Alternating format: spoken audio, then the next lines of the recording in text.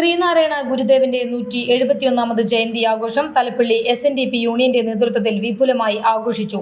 യൂണിയന്റെ കീഴിലുള്ള 50 ശാഖായോഗങ്ങളിലേക്ക് ഗുരുദേവ സന്ദേശ വാഹന വിളംബര ജാഥയും അതിനുശേഷം വടക്കാഞ്ചേരിയിൽ നിന്ന് ആരംഭിച്ച് പാർലിക്കാട് ശ്രീനാരായണ ഹാൾ വരെ ആയിരക്കണക്കിന് പീതാംബര വർണ്ണധാരികൾ അണിനിരുന്ന ഘോഷയാത്രയും തുടർന്ന് ജയന്തി പൊതുസമ്മേളനവും സംഘടിപ്പിച്ചു. സമ്മേളനം ജില്ലാ ജഡ്ജി ശ്രീ AM അഷ്റഫ് ഉദ്ഘാടനം ചെയ്തു.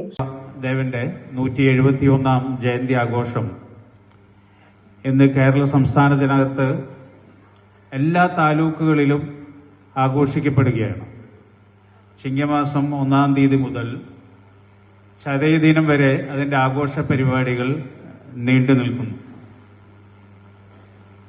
ഇന്ന് അതിൻ്റെ ഭാഗമായി SNDP യോഗം തലപ്പള്ളി താലൂക്ക് യൂണിയൻ ഇന്നിവിടെ 171ാം ഗുരുദേവ ജയന്തി ആഘോഷം സംഘടിപ്പിക്കുകയാണ്.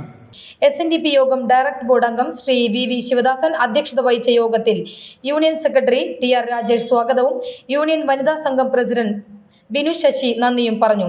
യോഗത്തിൽ വെച്ച് ഉന്നത വിജയം നേടിയ വിദ്യാർത്ഥികൾക്ക് വിദ്യാഭ്യാസ പുരസ്കാരങ്ങളും ഘോഷയാത്രയിൽ പങ്കെടുത്ത ശാഖായോഗങ്ങൾക്ക് അവാർഡ് നൽകുകയും ചെയ്തു.